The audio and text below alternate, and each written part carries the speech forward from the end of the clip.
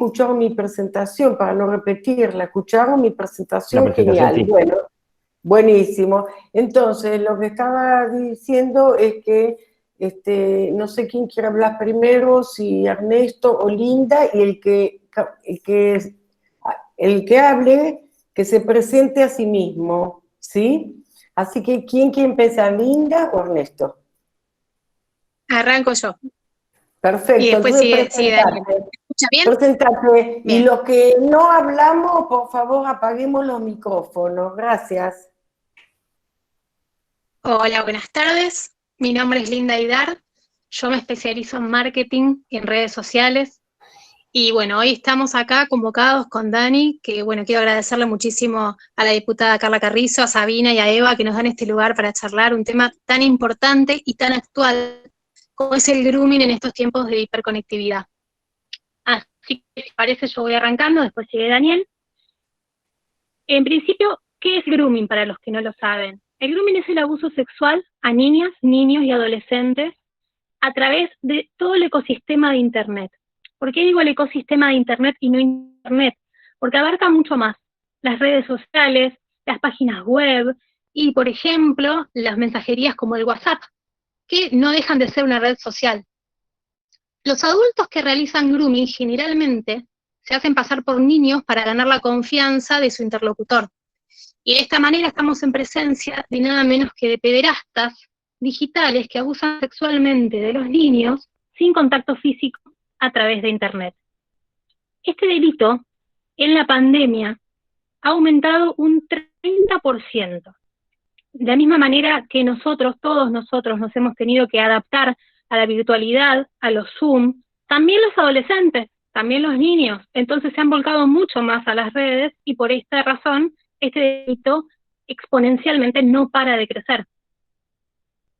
Imagínense, como un dato importante, que cuando yo digo niños y adolescentes, hago énfasis en eso porque Argentina es el primer país de Latinoamérica en darle celulares a los chicos más chiquitos, a partir de los 9 años. Según el relevamiento de Grooming Argentina es una fundación que se dedica a esto muy seria, que está trabajando con el gobierno, y de hecho un relevamiento en agosto creo que fue, hicieron una...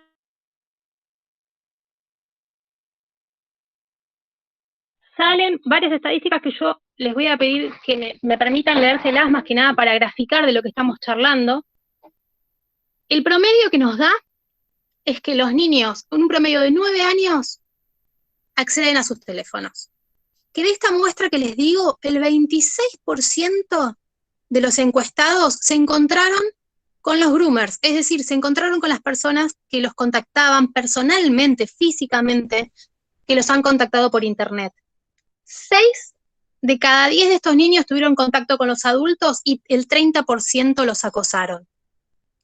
3 de cada 10 niños entre 14 y 17 años se encontraron personalmente y el 49% de los niños, niñas, fueron agregados por desconocidos a grupos de WhatsApp sin su consentimiento. 4 de cada 10 de estos adolescentes en la franja de 14 a 17 años practicaron sexting. Si no saben todos qué es el sexting, que de hecho fue algo que hasta se terminó promoviendo este año diciendo que era más sano, es el intercambio por internet o por redes sociales de imágenes, de videos, de contenido sexual. Imagínense que este caso de lo que les estamos hablando ha terminado, puede terminar y ha terminado de hecho en casos con lo que mal llamamos pornografía infantil, porque en realidad es el tráfico de material de abuso sexual contra las infancias. Estas estadísticas que les paso es como para tomar un poquito conciencia y graficar de lo que estamos charlando. Entonces, yo me pregunto, y les pregunto, ¿cómo combatimos este problema? Este problema viene porque los niños, los adolescentes, tienen acceso y tienen más habilidad para manejar la tecnología y no tienen la percepción del riesgo que están corriendo. ¿El adulto está listo para llevar adelante este caso? O sea, hay un término que le voy a tomar prestado al doctor Navarro, que es el que preside Grooming Argentina, y él habla de adultos huérfanos digitales. Y creo que ese es uno de los grandes problemas que enfrentamos con esto. ¿El adulto está listo para abordarlo? ¿De qué manera? Es sabido que los adolescentes no se abren con sus padres, que no es fácil que sean abordados por estos temas. Entonces creemos menester que se vaya conformando un adulto con una identidad digital. Hablar de adultos digitales responsables, identidades digitales responsables. Como, ¿en qué sentido? En el sentido de interiorizarse, en el sentido de saber de qué estamos charlando. En la actualidad nos encontramos con esto que arrancamos diciendo, que estamos hablando de la hiperconectividad. Proporcionalmente a esta hiperconectividad, los niños son hipervulnerables. Hay que tener en cuenta que no solamente es el chat del Facebook el grooming. El grooming se puede dar en cualquier aspecto. Y los riesgos que corren los adolescentes y los niños hoy van, por ejemplo, en los retos virales, el reto de la ballena azul, el reto de Momo, retos que terminaron con el suicidio de varios adolescentes. Por eso todo el tiempo trato de hacer hincapié en esto del ciudadano digital responsable, ¿no? Del adulto sabiendo, interiorizándose de qué se trata, salir de acá a buscar qué es el reto, porque no sabemos si nuestros hijos, nuestros hermanos, nuestros sobrinos están en internet hablando con alguien tan nefasto que lo está llevando a esto que tiene un solo objetivo, que es despertar la violencia. A esto le tenemos que sumar los juegos online, a los cuales hay como para darles un par de tips rápido, no podemos ponernos a hablar de todas las plataformas, pero sí, por ejemplo, en esta pandemia se usó muchísimo un programa que se llama Discord. El Discord tiene en este momento 19 millones de personas conectadas en el mundo. Es una plataforma que se usa para los juegos online principalmente, en la cual los chicos se conectan, tienen acceso absolutamente a cualquier persona, porque es un chat abierto, con cualquier persona en cualquier lugar del mundo. Este año, por ejemplo, se hizo muy conocido un juego, que es el juego más jugado, que se llama Among Us. Seguramente lo han visto en algún lado, que son como unos extraterrestres chiquititos adentro de una nave. Hay muchas gráficas de eso. Bueno, ese juego lo juegan generalmente personas de más de 20 años. Yo he hablado con mamás que me han dicho que encontraron en su celular instalado el juego con nenes de 4 a 6 años. Y no sabían que los nenes se lo habían instalado. Imagínense la vulnerabilidad que tiene esto de lo que estamos charlando en este momento. Después, por ejemplo, otras cosas que hay que tener en cuenta serían en el tema del Instagram. Tener presente que los Instagram deben ser privados. Si lo tenemos abierto, les abra cualquiera. En el tema del TikTok, el TikTok es otra red que explotó en esta cuarentena. El TikTok tiene también dentro de su plataforma herramientas para poder restringir. Se llaman Keep Safe, manténme salvo, son estas herramientas. En algunas cosas como el Discord que les mencionaba, lo van a encontrar exactamente como Keep Me Safe, y en otras como el TikTok lo van a encontrar como acceder a modo restringido. ¿Qué significa esto? Significa que la misma aplicación va a restringir lo que ya a priori se considera inapropiado. Esto como para tirarles un par de datos, y lo que más me interesaba en esta introducción es que despertarles la curiosidad de que después vayan a buscar todas estas cosas que le estamos diciendo e investigarlo. Porque bueno, más que nada, para darle cierre a esta introducción, lo que les quería decir es que en cualquier lugar donde haya un chat y donde haya un niño, hay posibilidad de grooming, en cualquier lugar. Y lo principal para poder erradicar este delito aberrante es estar informados, es abandonar esto que le llamábamos huérfanos digitales para pasar a ser ciudadanos digitales, y mientras tanto intentar fortalecer el diálogo con nuestros adolescentes, con nuestros niños. Está ladrando el perro mientras él me desconcentra, no sé si ustedes lo escuchan, pero básicamente esta era la introducción que yo quería darles para que, bueno, Dani, que es fiscal especialista en esto, él se va a presentar ahora, les pueda hablar específicamente del delito. Y como les digo, todo esto que les estoy mencionando, hay un montón de herramientas, hay un montón de lugares, así que si alguno después quiere consultarnos, para no ser tan largos en esto, después le podemos pasar básicamente qué medidas y cuidados tienen que tener. Dani. Bueno, gracias Linda. La verdad que hay poco para decir en cuanto a la presentación que hace Linda en relación a la hiperconectividad. Y Ernesto, discúlpame, Dani, no te olvides de presentarte. Perdón. Bueno, me llamo Daniel Ichazo, soy fiscal en la provincia de Buenos Aires, estoy a cargo de la ayudantía fiscal de delitos conexos a la trata de personas. grooming y material de explotación sexual infantil del Departamento Judicial Quilmes. Venimos trabajando aproximadamente del 2011-2012 y a partir de la creación de fiscales referentes, al menos en toda la provincia de Buenos Aires, hay un fiscal referente por departamento judicial para abordar esta temática que es una de las que más, yo diría, atacan a la vulnerabilidad y atacan a nuestros niñas, niños, niñes y debemos cuidarlos, ¿no? Yo siempre digo que esta es una materia pendiente donde todavía no terminamos como sociedad de entender los peligros por el cual exponemos a nuestros niños en las redes sociales. No sabemos realmente lo que pasa. Cuando hablamos de grooming, digamos, nos imaginamos que eso no nos puede pasar o no nos va a pasar a nuestros hijos o a nuestros niños más cercanos.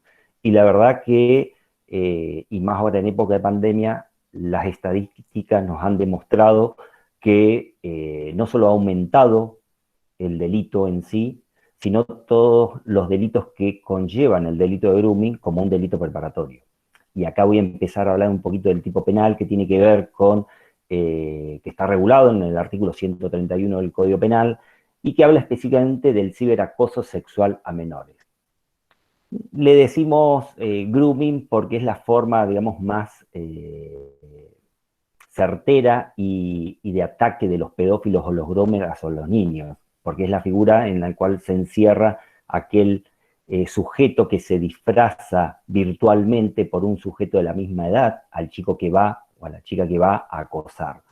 Estamos hablando de que utiliza los medios tecnológicos, cualquiera, como decía Linda recién, para contactar a un menor de edad con un claro fin que tiene que ver con el ataque a la integridad sexual. No importa cuál, siempre va a haber esa finalidad. Y esto viene un poco emparentado con el círculo que yo le llamo el círculo de protección a la niñez, al niño, a la niña, al niñe, que tiene que ver con la Constitución Nacional y los pactos internacionales que se han ido ayornando y la Argentina ha ido suscripto de forma permanente y ha acompañado, sin perjuicio, bueno, que por ahí ha demorado un poquito su regulación, pero bueno, lo importante es que hoy, ante la comunidad internacional, somos responsables por los niños en la protección y la promoción de derechos.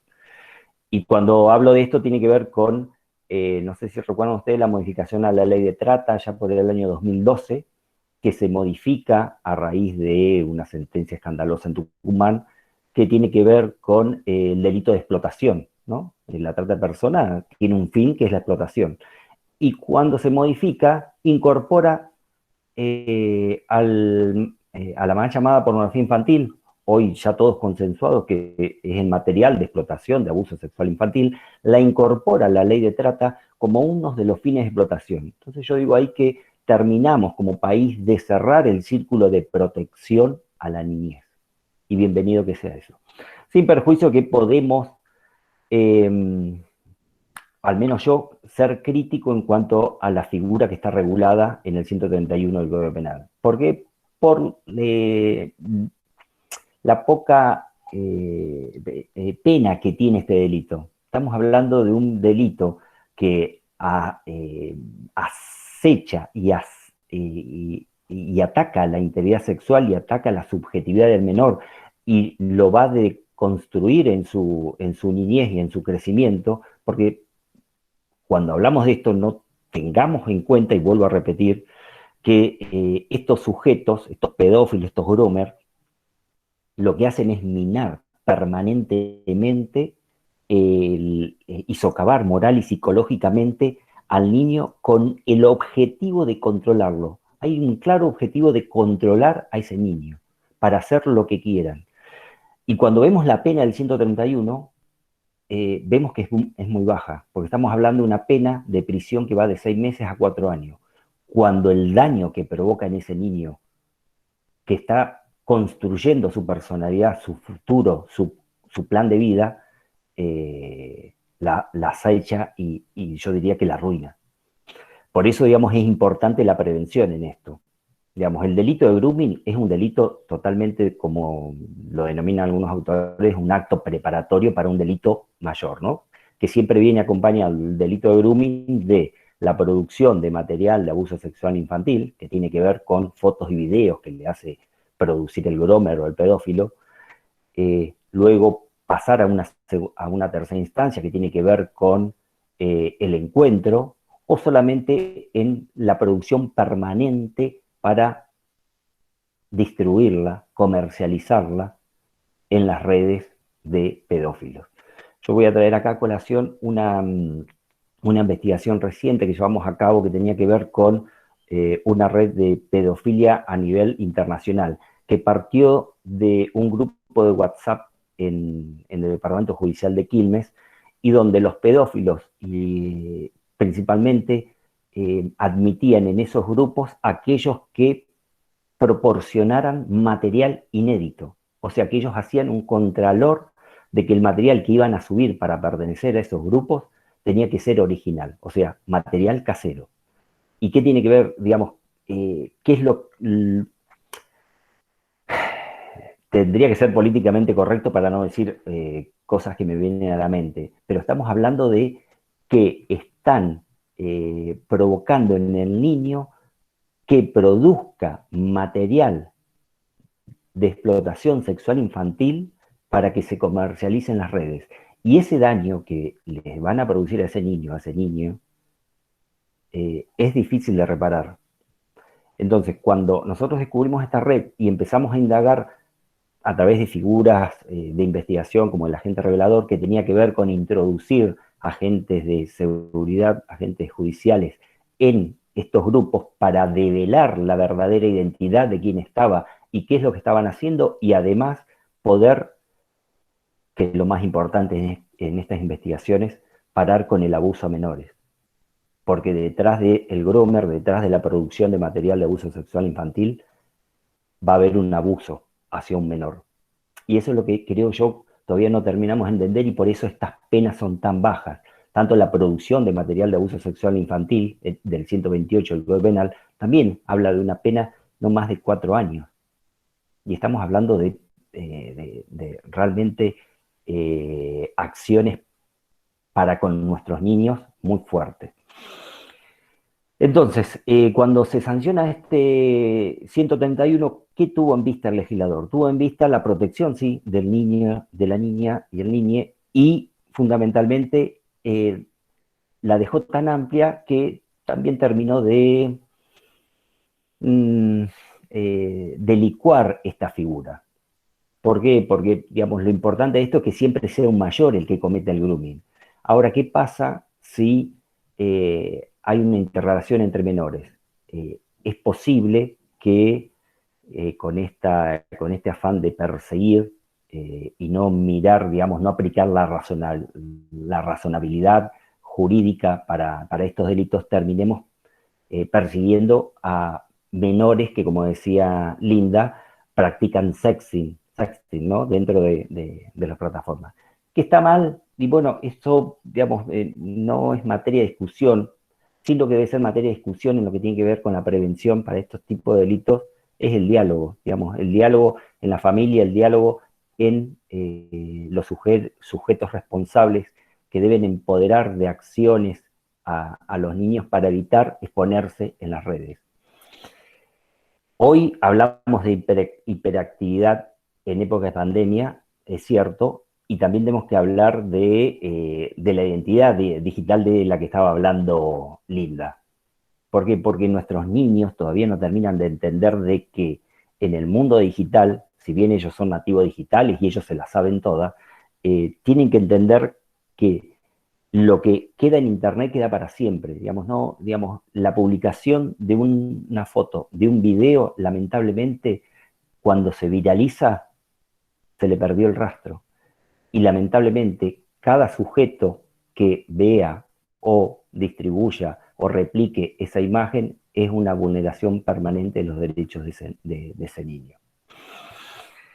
Me fui un poquito por las ramas, así que me voy a acotar para cerrar un poquito el delito de grooming. El delito de grooming, como dijimos, es el contacto de un sujeto mayor disfrazado de mayor por las redes sociales, en el cual ataca a los menores utilizando las redes sociales. Y hay 3 o 4 etapas, depende cómo uno lo pueda mirar. Pero fundamentalmente la primera etapa tiene que ver con el enganche, el contacto. Los pedófilos, los groomers, lo que van a hacer primeramente en las redes sociales es indagar, es navegar en los perfiles públicos de todos los niños. Y van a empezar a recabar información sobre los gustos, sobre dónde viven, qué muestran, con quién se interrelacionan. Y empiezan digamos, a construir la imagen del sujeto que ellos van a construir para amedrentar a ese menor. ¿Cómo lo hacen? Crean a un sujeto virtual parecido al niño. Porque lo que el niño necesita es conectarse con un par, con un igual. La segunda etapa tiene que ver ya más con esa fidelización que le denominan los autores, y yo creo que sí, digamos, que en estos delitos se ve muy fuerte, porque tiene que ver con cuando el acosador trabaja en la construcción de la confianza con el niño, ¿no? Ya creó el perfil que es idéntico, casi tiene los mismos gustos y las mismas desavenencias y tiene los mismos temores que ese niño. Entonces, crea esa fidelización, se crea el mejor amigo virtual y empieza la tercera etapa, que tiene que ver con la seducción. Ahí es donde empieza el groomer, el pedófilo, a socavar la integridad del niño, donde empieza con, digamos, hemos tenido varios allanamientos donde encontramos guías para los principiantes de estos delitos, donde está determinado, está pautado cómo acechar a un menor para que logre enviar una foto o una imagen. Y es muy, digamos, es muy sencillo para ellos, porque el niño está totalmente desprotegido, porque el niño es vulnerable por ser niño. Entonces, ¿qué hacen estos sujetos? Lograda esa fidelización, entran con la seducción, comienzan a tejer, digamos, el tema sexual, ¿no? Si tuviste tu primer novia, si tenés un novio, ¿qué harías con un novio? Y ellos, el pedófilo, el pederasta, empieza a contarles sus propias experiencias y al punto que llega a enviarle su primera imagen, que no es real, no es la de él, es la de otro niño que este sujeto utilizó. ¿Qué logra con esto? Logra que el niño víctima tenga que devolverle esa gentileza con la producción de una foto. Cuando el niño entró y le envió su primer foto, ahí empieza el acecho. Y el acecho puede ser de modo, digamos, violento o seguir jugando con la seducción hasta convertirse en el novio virtual. ¿Por qué digo esto? Porque se diferencian estos dos tipos de casos donde el pedófilo solamente le interesa que el menor le envíe fotos y videos, donde le dice cómo hacer los videos, cómo hacer las fotos, qué poses, a dónde, cómo, cuándo. Y el niño está en el convencimiento de que está interactuando con alguien de su propia edad etaria. Después tenemos los otros, que algunos los definen como los pederastas, que tienen que ver con los que quieren el encuentro. Y ahí es donde el mayor riesgo que corre el menor es porque con quien se va a encontrar no es con ese niño, esa niña virtual, amigo, novio que tenía, sino que se va a encontrar con el verdadero depredador. ¿Cómo voy con el tiempo? Discúlpenme, si no, sigo. A ver, tenés unos minutos más, es interesante escucharte, pero es bueno también el intercambio. Bien, cierro con esto y empezamos a interactuar. Si no, yo no paro. Digamos, ¿cuál es el factor que nosotros hemos visto de acuerdo a los testimonios que hemos recabado a través de las psicólogas? Digamos, nosotros a los niños les recibimos testimonio en cámara Gesell, siempre lo preservamos, siempre tenemos que no vulnerar sus derechos. ya fueron vulnerados, no podemos volver nosotros a vulnerárselos. Entonces, lo que se destaca en todos los informes por parte del grupo que trabaja con nosotros es que los pedófilos y los pederastas corren con una ventaja para con estos niños y niñas, que es la vergüenza. El niño, cuando se da cuenta de que es víctima o algo está pasando, tiene el temor que se revele. ¿Y por qué tiene ese temor? Tiene el temor hacia los padres que lo reten, por decirlo de alguna forma, por lo que hizo y por lo que está haciendo, que se viralice por las redes, porque una de las herramientas que tienen los pederastas, los pedófilos, es esa foto y ese video, que si no producen más, lo van a viralizar, porque además lograron entrar al circuito íntimo del niño. Seguramente el pedófilo es parte de la comunidad virtual de todo el grupo de amigos de ese niño. Entonces juegan con eso, juegan con el temor, juegan con la vergüenza.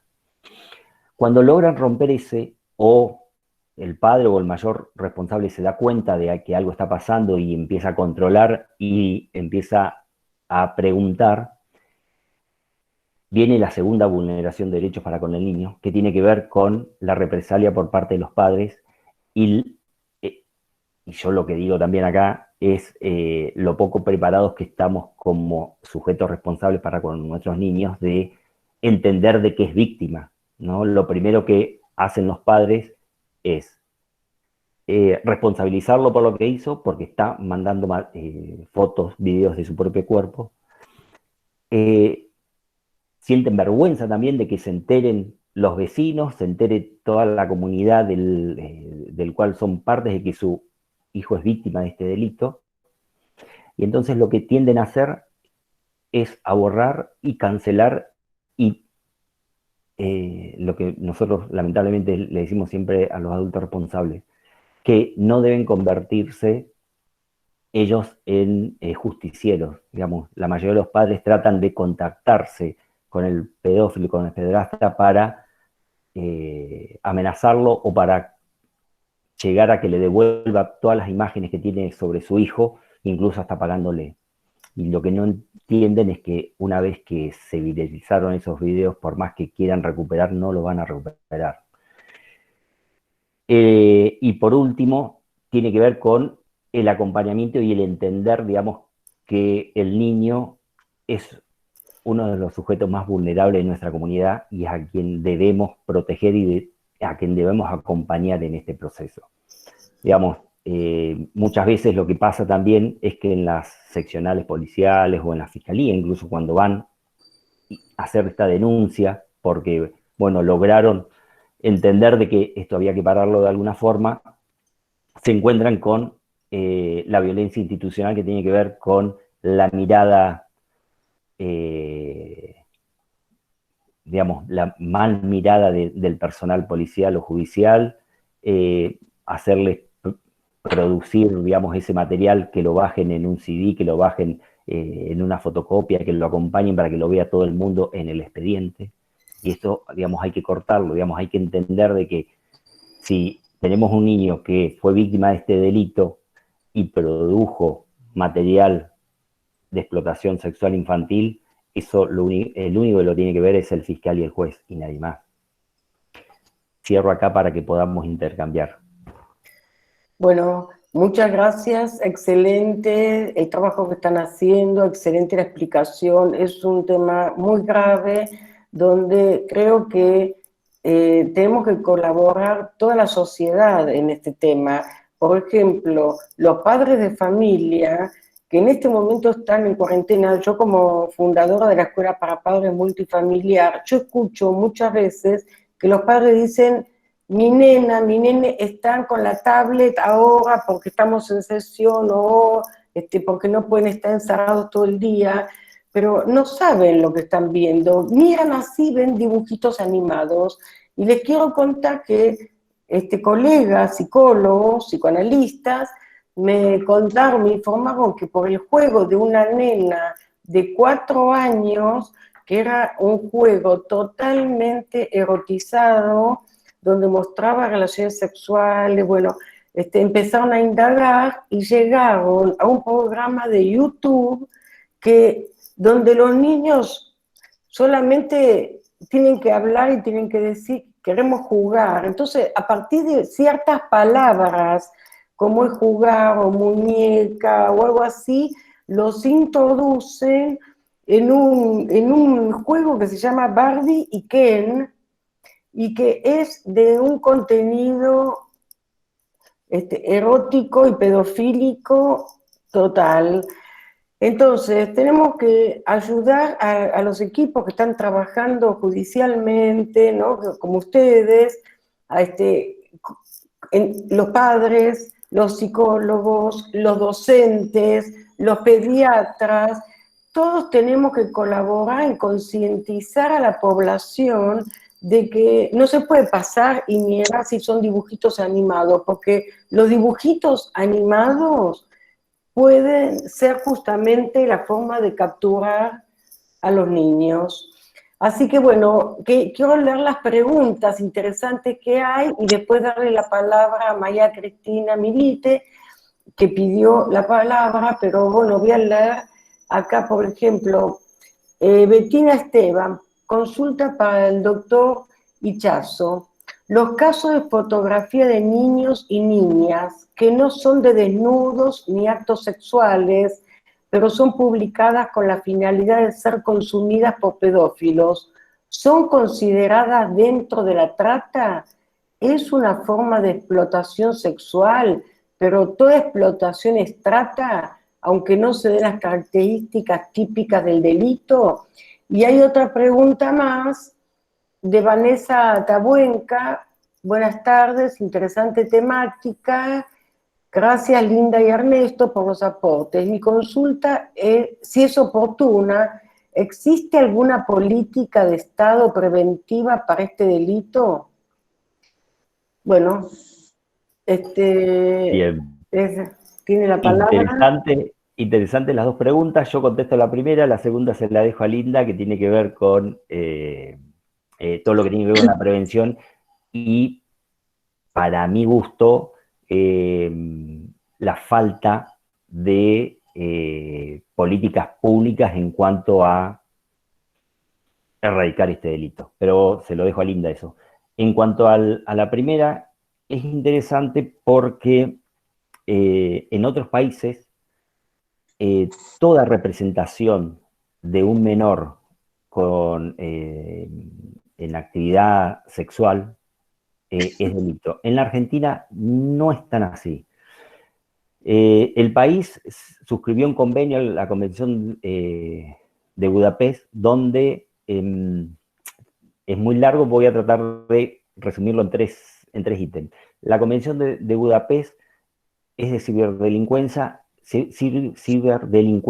y tiene que ver con que todos los estados que suscriben puedan interrelacionarse y puedan coadyuvar a la erradicación de los delitos contra los menores y los delitos cibernéticos en general. Pero en cuanto a menores, que es lo que nos convoca en este momento, la Argentina hizo una reserva que tiene que ver fundamentalmente con que no se considera material de explotación sexual infantil a los memes, a los dibujos, incluso a las fotografías animadas. Nuestra legislación, cuando, digamos, adoptó la Convención de Budapest y se reguló en el 128 del Código Penal, determina específicamente que se considera material de explotación o de abuso sexual infantil toda aquella representación de un menor con claro fin sexual. Digamos, por ejemplo, un niño en malla que la pueden publicar por terceros extraños que no tienen que ver con los familiares, no sería materia de perseguibilidad por parte del Estado. Sí, toda aquella imagen de desnudez con claro fin sexual. Por eso es muy importante, digamos, en lo que es la prevención, que muchas madres a veces publican en sus redes sociales a sus hijos recién nacidos totalmente desnudos, Y eso, digamos, puede ser considerado material de abuso sexual infantil porque estamos hablando de desnudez, no tiene un fin sexual, pero sí esas imágenes, esas fotografías pueden ser utilizadas para las redes de pedofilia. Y eso sí es considerado delito. Y cierro acá con algo que es importante. La Argentina también suscribió en el 2013 un convenio a nivel internacional con Missile Children que tiene que ver con los reportes NECMI. Los reportes NECMI tienen que ver con una fundación que está en Estados Unidos que suscribe con el Estado, con el Poder Legislativo de Estados Unidos y con las empresas, la mayoría son alrededor de 1.400 empresas de redes sociales, que deben reportar todo el tráfico de imágenes de abuso sexual infantil que se trafiquen en las redes. Esas imágenes son reportadas a los países a través de la IP, digamos la IP, por ejemplo, ahora yo estoy conectado desde mi casa, estoy reportando una IP, digamos, es un DNI sobre mi conexión. Entonces, cuando nos llegan los reportes, los fiscales lo que tenemos que hacer es salir a determinar desde qué lugar esa IP está abriendo y quién es el titular y si efectivamente está reportando imágenes sexuales de explotación sexual infantil. Y algo muy importante que decir de este convenio es que crea también la figura del agente fiscal 24/7, que tiene que ver con la red 24/7, que estamos de turno los 7 días, las 24 horas de la semana, por los casos urgentes. Nosotros ya hemos intervenido en varios reportes urgentes que en una hora tenemos la información de Instagram o de Twitter o de Facebook, que hay un niño que es posible que esté en situación de explotación o que esté en situación de que lo estén abusando, y nos dan las herramientas, nos abren, digamos, la identidad de quién está produciendo esa imagen de explotación sexual infantil en el acto, como para nosotros intervenir. Hemos llegado a intervenir en procesos que han llegado dentro de una hora. Así que es muy importante esto de la cooperación internacional entre los estados y las empresas privadas. Linda. Bien. Sí, en el tema de lo que hay de prevención, Sí. el Estado en este momento, desde que se hizo el estudio que yo les comenté cuando empezó, bueno, hubo un acuerdo con la Fundación Grooming, empezaron a visibilizar el problema. En realidad, por ejemplo, está en la página argentina.gov.ar, tenés una sección dedicada al grooming, pero es para informar, para prevenir. Entonces, donde se habla de este tema de que informar es prevenir. Hay un 0800-222-1717, que es para denunciar si uno cree que hay casos de grooming. También, por otro lado, está otra página de la misma Nación también, donde se habla de lo que tiene que ver con el abuso a los niños, y el 137 está listo tanto como para los casos de abuso, para los denuncios, como también está relacionado con el tema de grooming, y en eso es básicamente lo que tenemos como prevención. En diputados en este momento se está tratando también una ley que tuvimos la suerte con Daniel, que nos invitaron a hacer unos aportes, con el tema de capacitar a los docentes para que también estén listos, porque el niño tiene esto que hablábamos hoy, ¿no? Tiene el primer contacto con su familia y después, cuando está en las clases, tiene contacto directo con un adulto que también tiene que estar formado en esto que hablábamos del ciudadano responsable, digital, para poder entender y poder ayudarlos. Esa ley está en este momento en diputados, creo que hace 2 semanas que fue, y lo que sí creo yo, ya esto es una opinión personal, está faltando, que es algo sobre lo que empezamos a trabajar también para hacer un proyecto, el antes y el después, porque se está tratando el grooming y nosotros creemos que tendría que haber un abordaje sobre esto de armar los ciudadanos digitales responsables y sobre el acompañamiento también del niño y del adolescente después que hace la denuncia. Por lo pronto hoy están estas cuestiones que tienen que ver con el visibilizar el problema, que no es poco, porque es importante para poder tratar el grooming saber de qué se trata. Muchas gracias. Bueno, ahora tiene la palabra María Cristina Milite y después está, a ver quién estaba, a ver quién había, Marta Farisano. Así que María Cristina, por favor. Voy a hacer lo más breve posible. Primeramente, felicitar tanto a Linda como a Ernesto por los aportes que han traído en esta tarde. Y comentar que el tema de la prevención es un tema que cuesta mucho insertar sobre esta temática, tanto de violencia como de abuso sexual infantil en nuestro país. Yo soy la licenciada María Cristina Milite, soy psicoanalista, miembro de la Asociación Psicoanalítica Argentina, me especialicé en abuso sexual infantil y violencia y creé el primer refugio para la mujer víctima de violencia, Mariquita Sánchez. Hoy yo ya no estoy allí, asesoro refugios, pero quiero contar una experiencia. No tenían recursos para volver a un lugar para vivir. Se buscaba durante un tiempo recursos y todos recordarán la Fundación Felices los Niños, a cargo de Gracie, gran pedófilo, ¿verdad? Que está preso. También recordarán a Corsi, a Jorge Corsi, que tenía una cátedra sobre violencia en la UBA y que tan solo fue 3 años a prisión. Lo que quiero decir con esto es que tenemos que tener mucho cuidado porque hay hogares donde por mujeres víctimas de violencia, por lo que fuere, o niños que tienen que estar en amas externas. ¿A qué lugares van esos niños? ¿A qué lugares van esos niños?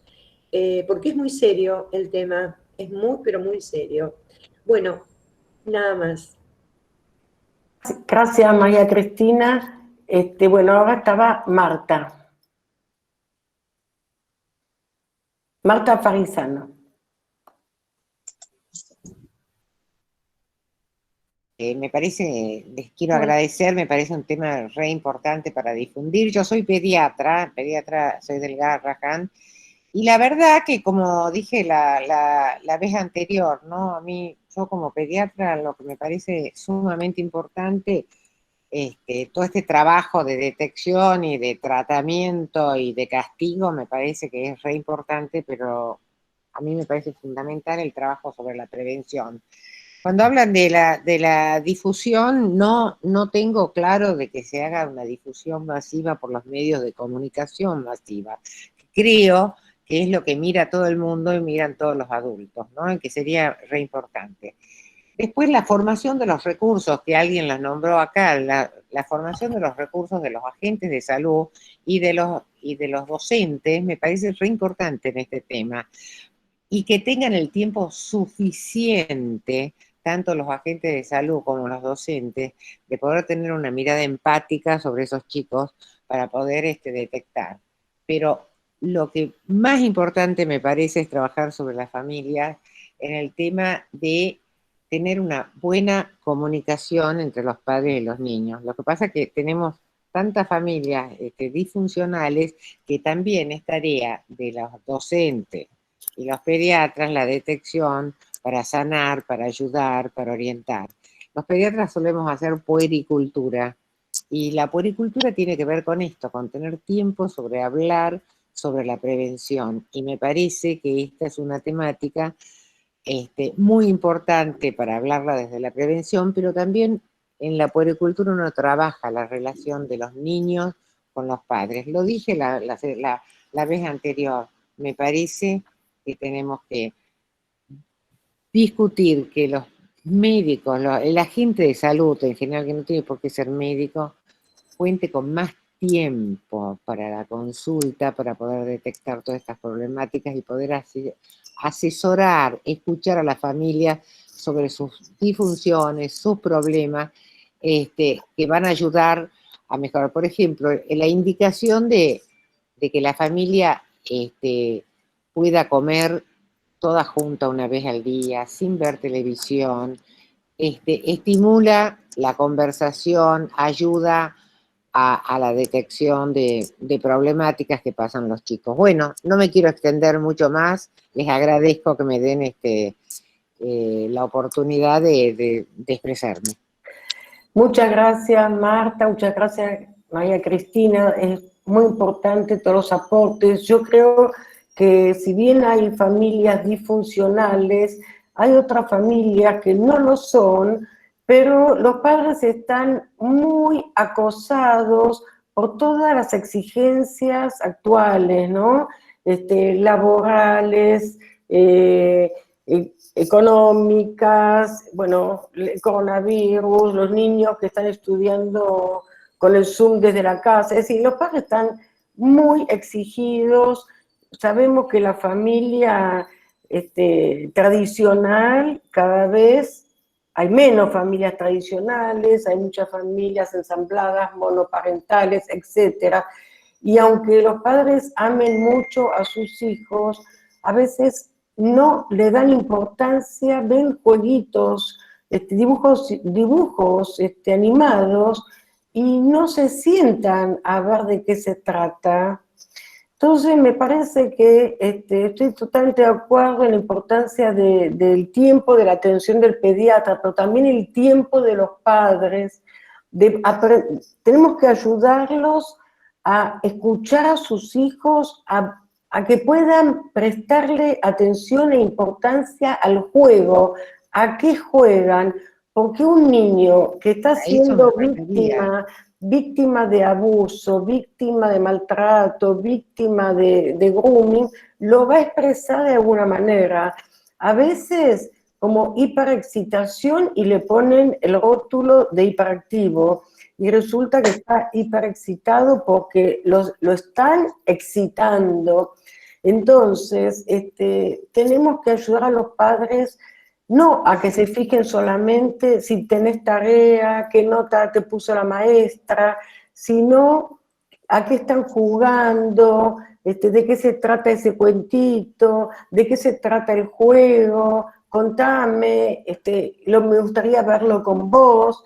Es decir, que hoy tenemos que prestarle atención a lo que antes era el fondo. Antes la figura era el estudio y el fondo eran los juegos, los entretenimientos. Yo creo que ahora la figura es lo que antes era el fondo, porque los niños están en riesgo, realmente están en riesgo, pero no porque los padres no amen a sus hijos, sino porque los padres están sobreexigidos. A ver,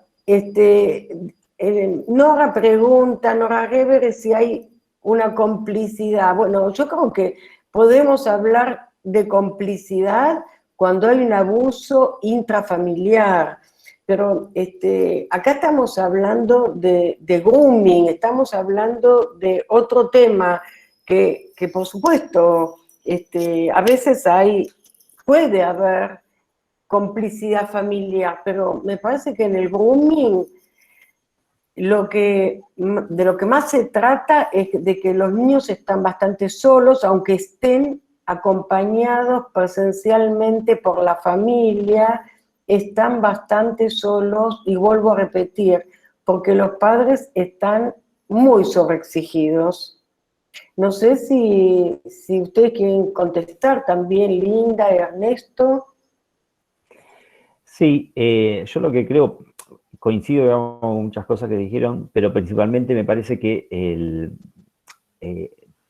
hay dos pilares fundamentales para sostener al niño. Por un lado está la familia o el adulto responsable que está con ese menor en interactuar, digamos, ¿no? Yo siempre digo que la mejor herramienta, la mejor app, hablando de app en redes sociales, es el diálogo, digamos, no suplanta nada que el diálogo. Entender, digamos, que si el niño pasa muchas horas conectado, digamos, no es para alivianar la tarea de la familia o del adulto responsable de que, bueno, por lo menos al chico lo tengo en la pieza, está jugando, está más seguro. No, una vez que cierra la puerta de su dormitorio, es donde corre el mayor peligro. Digamos, antes los pedófilos tenían como lugares de acecho las plazas, los lugares de esparcimiento público, en busca de sus víctimas. Hoy ya dejaron eso para pasar a la virtualidad. Hoy los buscan en las redes sociales. Entonces, el diálogo es fundamental. Y entender, digamos, que sin perjuicio de que somos, digamos, no somos los nativos digitales, como dice Linda, que los chicos nacieron con Internet casi bajo el brazo, nosotros debemos entender al menos que todas las redes sociales, si bien están bien y hay, digamos, es una forma de comunicación y de crecimiento también, de entender, porque bueno, hay mucho, digamos, hay muchas redes sociales que son buenas, otras no, pero bueno, lo importante, más allá de eso, es que cada red social tiene su control parental y tiene sus formas de privacidad. Yo lo que, cuando he ido a las escuelas a dar charlas, me llama mucho la atención cuando le pregunto a los chicos de 11, 12 años cuántos amigos tienen en Facebook, en Instagram, en TikTok, y no bajan de 3.000, 4.000, digamos, y eso está bien. Digamos, los padres no controlan eso. Yo no digo que hay que prohibirle. Lo último que hay que hacer a un niño es prohibirle, porque lo que se prohíbe genera el efecto contrario. Lo que hay que construir es un diálogo responsable, es acompañar y de última ir aprendiendo también y hacerle saber los riesgos que se corren y utilizar los controles parentales y utilizar las formas, digamos, que tienen todas las redes sociales de mantener la privacidad. Yo no puedo entender que un chico de 9, 10, 11 años tenga su red pública. Es un niño, digamos, está creciendo, está recién dando sus primeros pasos en su vida digital y si lo descuidamos, está al acecho de que pueda ser víctima de alguno de estos aberrantes delitos. Y por otro lado, el Estado. Y en el Estado estamos todos, pero también fundamentalmente en los que están en los niveles de responsabilidad, tendrían, y esto es lo que yo siempre pido y trato de generar, es que se debieran hacer campañas nacionales, pero fuertes, importantes, para que llegue a cada padre, a cada madre, a cada hermano, a cada niño, niñe, para prevenir este delito. La única forma de prevenir este delito es que todos sepamos de qué hablamos cuando hablamos de grooming, de qué hablamos cuando hablamos de material de explotación sexual infantil. Digamos, no todo es trata. Esto relacionado a una pregunta que habían hecho por ahí. Pero sí tiene, digamos, va de la mano, digamos, y puede terminar en trata. Porque el delito de grooming termina en delito de trata o termina en un delito de abuso sexual agravado. Así que bueno, me parece que la reflexión que tiene que cabernos es que como Estado y en cada lugar donde nosotros estamos, la salud, la educación, la justicia, el Poder Ejecutivo, es brindar herramientas a todos los operadores para que puedan actuar. Ya la ley, más allá de la eficiencia que tiene, sí tiene algo importante que antes no la tenía, que fue la modificación en 2018 de que estos delitos puedan ser denunciados por cualquiera. Este delito hoy es de acción pública. Yo no necesito esperar a la madre, al padre, al tutor que venga y haga la denuncia y que quiera instar la acción penal. Hoy yo me entero que un niño, niña está siendo acosado sexualmente por actuar. No necesito de la denuncia previa. Digamos, y entonces genera un doble grado de responsabilidad por parte de nosotros, y más si somos funcionarios públicos. Sí, yo quería plantear el tema de que es como vos decís, que un niño, los adolescentes tienen más, que tienen 9.000 contactos por internet, hablando con los niños y con los adolescentes, sienten que mientras más contactos tienen, más existen, como que su identidad, como es un sentimiento de existencia, de que soy importante para alguien, como que su identidad pasa por si son famosos en las redes. Entonces, fíjense la vivencia de vacío interna, Así que bueno, me parece que es un tema muy importante. Y otro que yo quería preguntarles, supongamos que, ya sé que grooming es otro tema, no es abuso, pero ya que estamos hablando, ¿qué pasa si hay que separar a un niño de la familia? ¿O qué se hace? ¿Se separa al abusador o se separa al niño? Porque yo creo que acá hay un gran problema, que lo he visto trabajando en el hospital de niños, trabajando en otros lugares, como directora de la escuela para padres, que la solución nunca es buena, porque si separan al padre de familia, que es el que sostiene a familia, los niños se quedan sin comida. Si institucionalizan a los niños, corren el riesgo de nuevos abusos y el dolor emocional. Yo veo que una cosa es la denuncia y otra cosa es, bueno, ¿qué se hace después si el problema es endogámico, si es intrafamiliar? Yo veo que acá hay un gran problema que tenemos que resolver. No sé si ustedes pueden responder, si saben de alguna solución mejor. La solución está justamente en la política pública del Estado, que diagrama en su presupuesto nacional, provincial o municipal cuánto dinero le va a dedicar o le va a transferir a los servicios zonales de promoción y protección de los derechos del niño, o servicios locales. Y tiene que ver con una mirada, digamos, con una perspectiva de ver al menor como víctima y más allá, digamos, de la conflictividad intrafamiliar que ello pueda generar. Digamos, lo primero, digamos, y además porque hay una norma constitucional que tiene que ver con la Convención de los Derechos del Niño, que el Estado no debe dejarla pasar, digamos. Yo entiendo, a ver, nosotros vamos a un caso específico. Cuando nosotros tenemos un delito que comenzó por un grooming y termina vinculado a una, digamos, a una coparticipación parental, que digamos que tiene que ver, porque hay, digamos, lamentablemente tengo que decir esto, hay hechos en el cual los padres han sido corresponsables de los abusos de los niños en cuanto al facilitar, digamos, esa intromisión de un extraño. Esos contactos telemáticos, digamos, se ven, lamentablemente, en el conurbano lo vemos mucho, donde los padres generalmente, digamos, brindan la posibilidad a su hijo o hija para que se conecte a una red de pedófilos, como fue una red que descubrimos hace muy poco a través de líneas de WhatsApp, donde producían material de abuso sexual infantil por un costo económico. Obviamente que los separamos de los padres porque los padres van presos. Y al niño, y en esto sí voy a coincidir con vos, el niño, digamos, es doblemente revictimizado y vulnerabilizado en sus derechos, porque no hay un Estado con una política fuerte que le dé todas las herramientas para que ese chico pueda reconstruir su plan de vida a partir de ahora. Y esto pasa con todo, digamos, pasa también con las mujeres víctimas de violencia. Digamos, cortamos la violencia y el día después, y esa mujer que tiene que dar de comer a esos niños, bueno, en esa misma situación se encuentran los niños, las mujeres, los más vulnerables del sistema.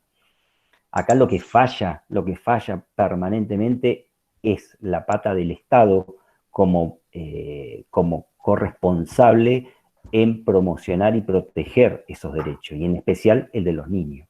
Entonces, yo quería contar que hace unos años, pocos años, estuve en un congreso de psicoanálisis internacional donde hubo 2 jornadas completas para los que éramos especialistas en abuso sexual infantil y en grooming, de todos los países, era internacional el congreso, de todos los especialistas de todos los países.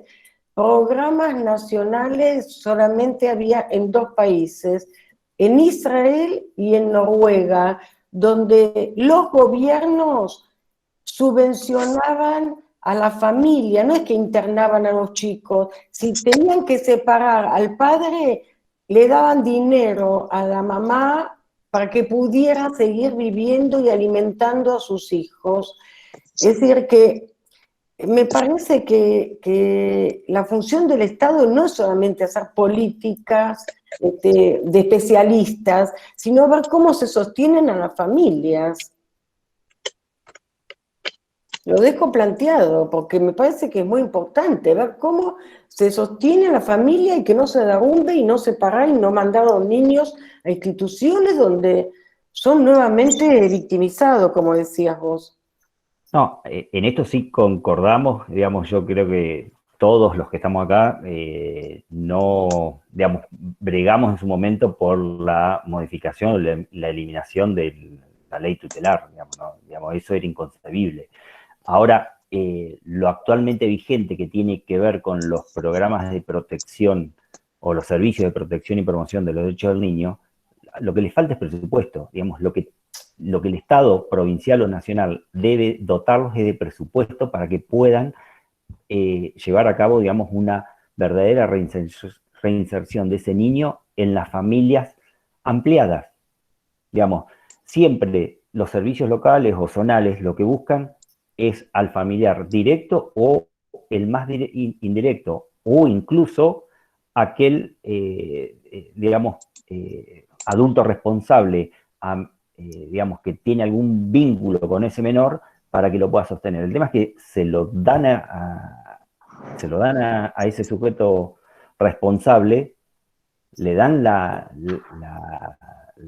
digamos, le dan para que tenga el niño, pero después no lo ayudan, hablando así mal y pronto, no lo ayudan económicamente para sostenerlo. Entonces, tenemos familias que ya están vulnerados económicamente y le suman a un menor más que es casi como que se los dejan a la guarda, pero se olvidan después. Entonces, eso es lo que yo digo que digamos, hay que reinventar, digamos, hay que reinventar políticas públicas desde el municipio, la provincia, la nación, para dotar a esos organismos de recursos para que a ese niño donde lo van a dejar junto a otro familiar o otra familia, nunca en una institución, digamos, lo último que hay que hacer es institucionar a los chicos, pero bueno, hay que dotarlos de recursos, hay que darles herramientas a esas familias contenedoras para que puedan sostener a ese niño. Estoy totalmente de acuerdo y también yo quería nombrar el papel de la función de la prensa, ¿no? De los noticieros, porque ustedes habrán escuchado hace 2 días, el domingo, el sábado, que hay una familia que salió de Chaco a trabajar a Formosa y que no lo dejaban volver a la provincia y estaba la nena de 12 años sola en una provincia cruzando el puente y los padres del otro lado hace no sé cuánto tiempo. Entonces, todo eso, yo creo que la prensa tiene que también ayudarnos a visibilizar todo esto, porque no es lógico, son cosas realmente irracionales que responden a intereses realmente que van en contra de lo que estamos buscando como ciudadanos. Entonces, yo agradezco a los periodistas que nos ayuden a visibilizar estas incoherencias.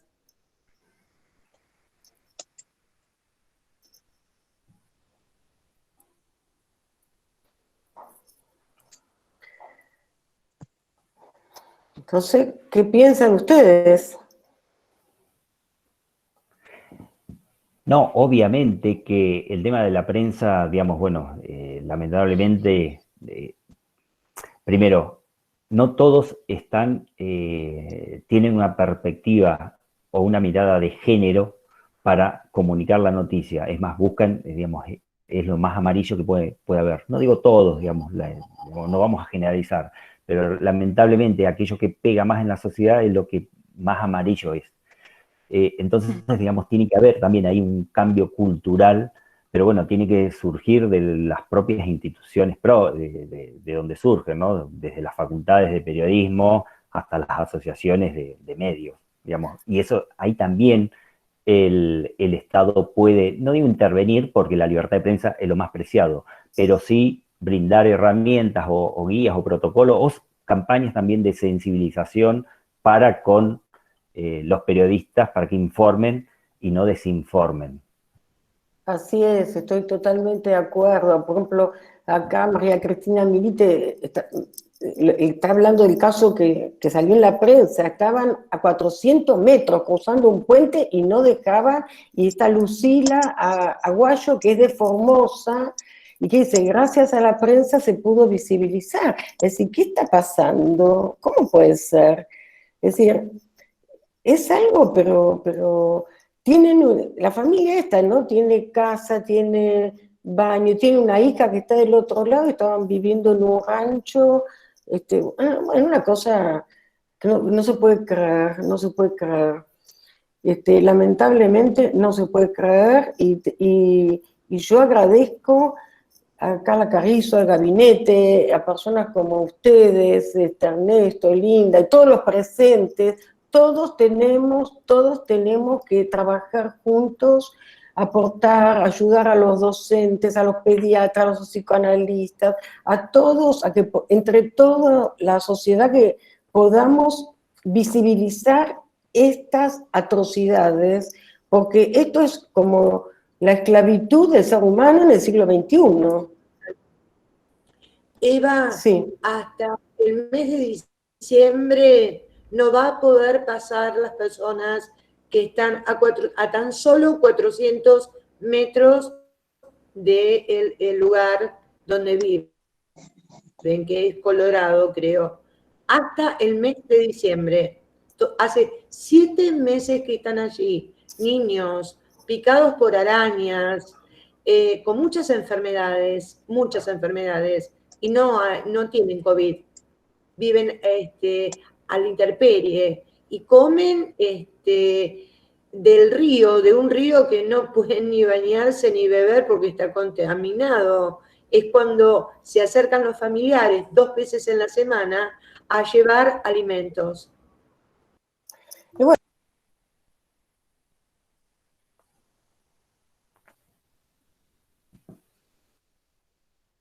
Estás muteada, Eva.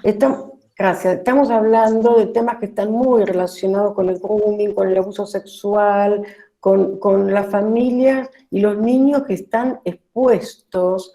No sé, ¿qué está pasando con la coherencia de las personas que ocupan puestos de responsabilidad, como decía acá el fiscal Ernesto?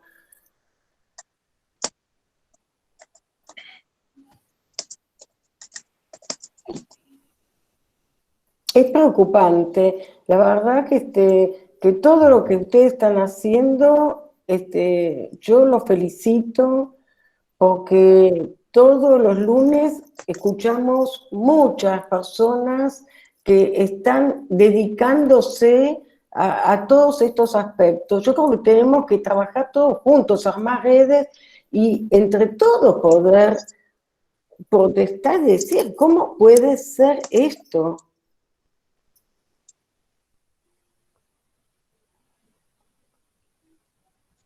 Bien, yo para cerrar, digamos, porque tengo otro compromiso, pero me gustaría sí tomar las palabras de Eva, que habló justamente de redes.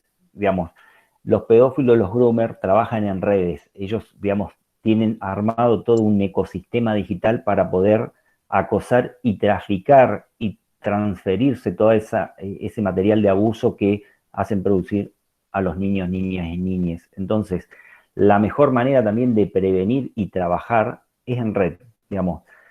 No vamos a poder desarticular estas bandas o estos pedófilos o groomers, individuales o en red, si no lo hacemos en red, digamos.